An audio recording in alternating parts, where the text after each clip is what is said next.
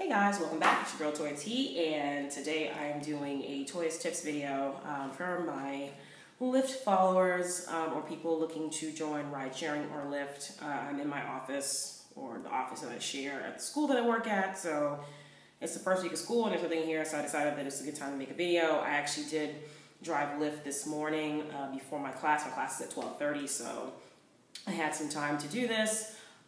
First things first, I think this is a video, this is for mentoring. So for people, this is mostly for people who are interested in becoming a Lyft driver. And this is tips for getting through your mentor drive. So first things first, when you sign up and you go through the whole process and you download the app on your phone and you're ready to, they tell you that it's time for you to take a mentor drive, you press the button, the little drive button on your phone, and it will send a request out to the nearest mentor driver. I'm one of them, so if you're in the Boston area and it's a certain time, you might get me. But anyway, it sends out the signal to a closest mentor driver.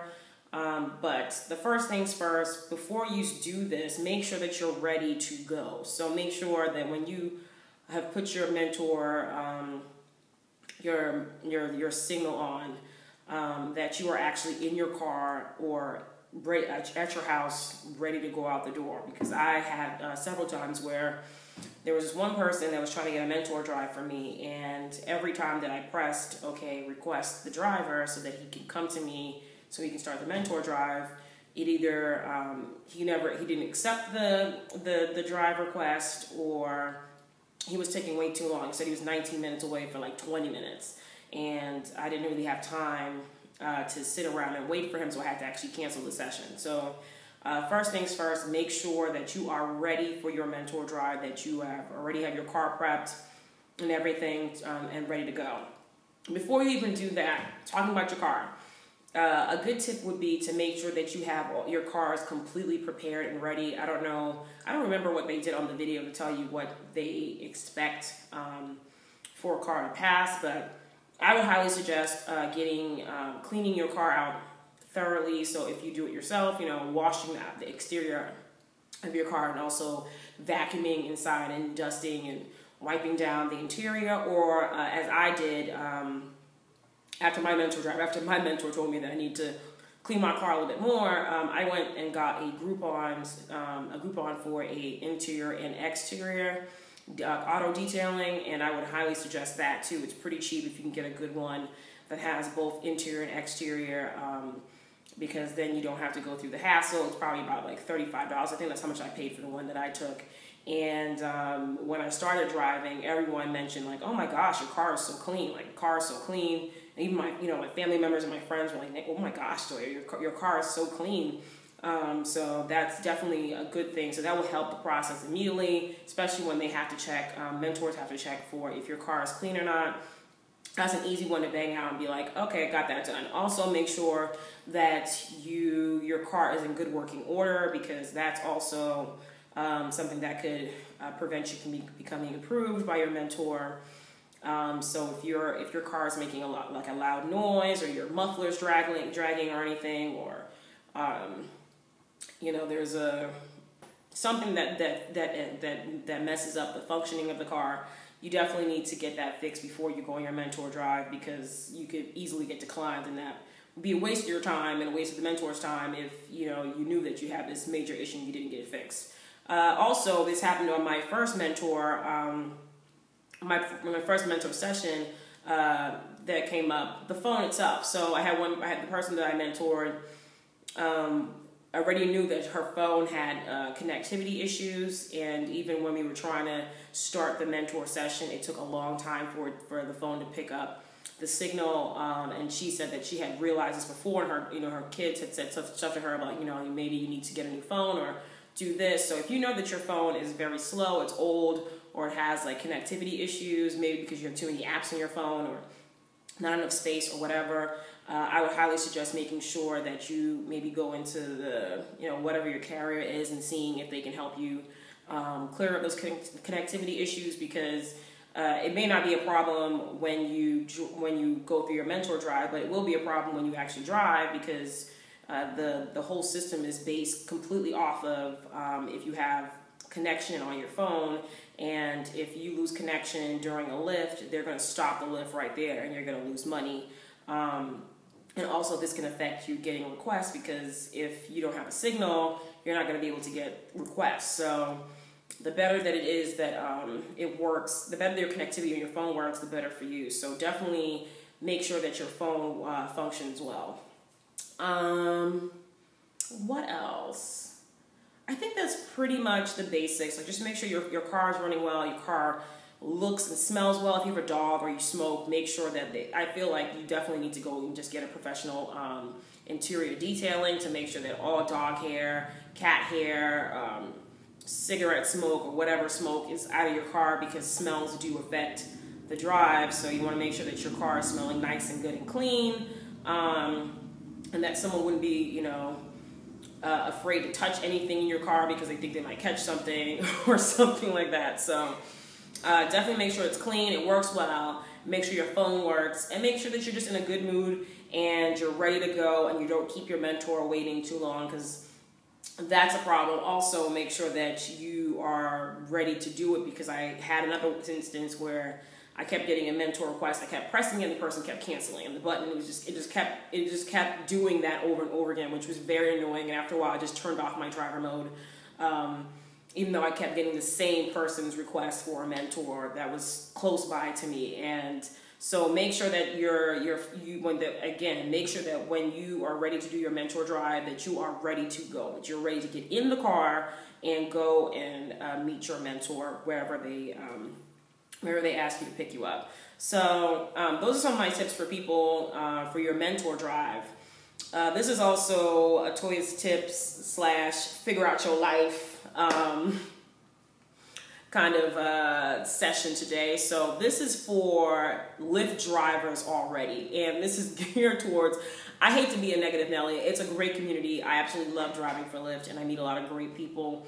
Although I don't know too many of the drivers outside of using the forum, and I had a really great experience on the Facebook New Drivers Forum. I met a lot of cool people that answered, you know, a lot of my questions that you feel that you can ask another driver, because they've already been through it, they're more experienced, and they understand. And it's a lot quicker than going through, you know, sending a message to HQ, because it can take a while. So I'm talking about a recent experience that I had on the Northeast Drivers Lounge, and I will point it out. I put a simple question out about, you know, what kind of fees that Lyft covers while you're driving, during a Lyft, and one person answered me and gave me exactly the answer, and someone said, yes, that's true, and I said, okay, thank you, that sucks, meaning that I just thought it sucks that I have to pay this, you know, I got a ticket, and I was like, oh, that sucks that I got this ticket during a Lyft and they don't cover it, even though I got the ticket thinking in my mind that Lyft will cover it, and I didn't want to make the Lyft longer than it was supposed to for my passenger. But I have no problem paying the ticket, because I did, you know, it is a violation on my car. But I just asked the question and said that sucks, and it's one thing that I would, if the company ever asks for suggestions, is one thing that I would highly suggest when they grow as a business, that, you know, if any kind of violation that your drivers get during a Lyft that is not like an extreme speeding ticket or, well, you know, something incredibly like dumb or stupid, not dumb or stupid, but just something that they could have avoided, that they should be able to cover that. Even if you get like a parking ticket for some reason that you got out your car or something, but even though I don't know why you'd be parked and getting a parking ticket, but that's besides the point. I just felt like certain things they should cover while you're doing a Lyft, not in between them, but while you're on a Lyft. And so I got a great response from the first two people, but then other people on there who I will gladly say, have no problem saying, probably have absolutely nothing else to do with their life than just troll some of these lounges.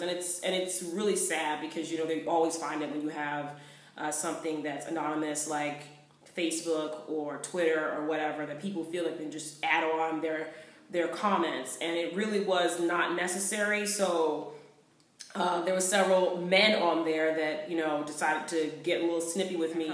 But I made it very clear to them that the forum was supposed to be a safe place for drivers to ask questions to other drivers and get like an honest answer. And for the first two people that answered me, thank you very much for answering my question, and not, you know, it's the same thing that happens in school where, you know, your teacher will always tell you there's no such thing as a stupid question, because if you feel like you have a stupid question, but it's really a question that you need to know the answer to and you don't ask it, that's a problem. It should always be, you should always be in a space where you feel comfortable to ask a question. And I thought the Driver's Lounge on Facebook was a safe space for me to ask a question without being judged for, you know, maybe the stupidity of my question. But I got that response and I really was upset about it.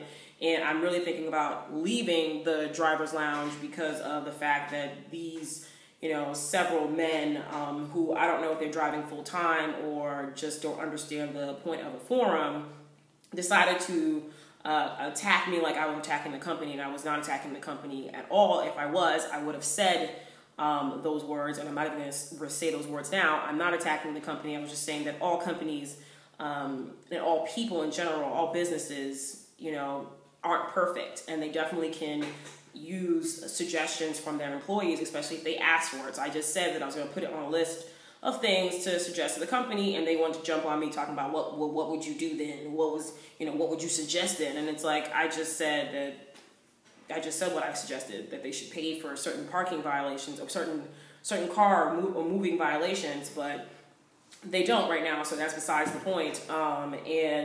To these three men, I'm really going to say you need to F off. I'm not even going to swear. You need to F off and get a life, figure out your life, because it's really not that serious. I do this part-time, and I have a great time driving.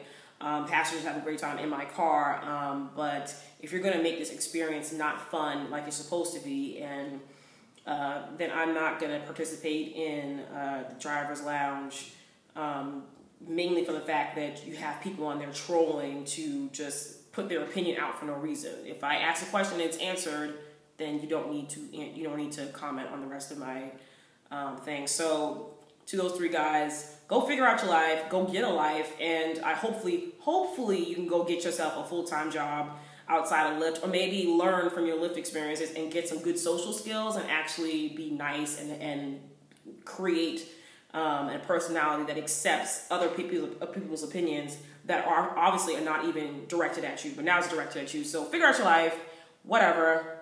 That's my rant. I'm sorry that I got kind of mad, but I'm just saying that it was just really disappointing that the driver community is like this sometimes. And I'm not saying all the driver communities are like this. It was just these three people that really ticked me off. And I got support from other people that agreed with my statement, like, you know, this is supposed to be a safe place for people to ask questions. And this is just a suggestion, again, that maybe these lounges need to be better monitored by people in the people at HQ or wherever, that they should be monitoring this thing to make sure that certain bad drivers aren't attacking other drivers on there, because that doesn't encourage me to want to even go to any of the community driving events, because they very much could be driving in my city, and the last thing I need to do is have to curse out somebody in public. It's not worth it. So anyway, that's it. I hope you like this video. Comment, I'm having such a hard time. Comment, like, and subscribe. Share with your friends. I am more than happy to answer any questions that you have, and I will see you guys later. Bye-bye.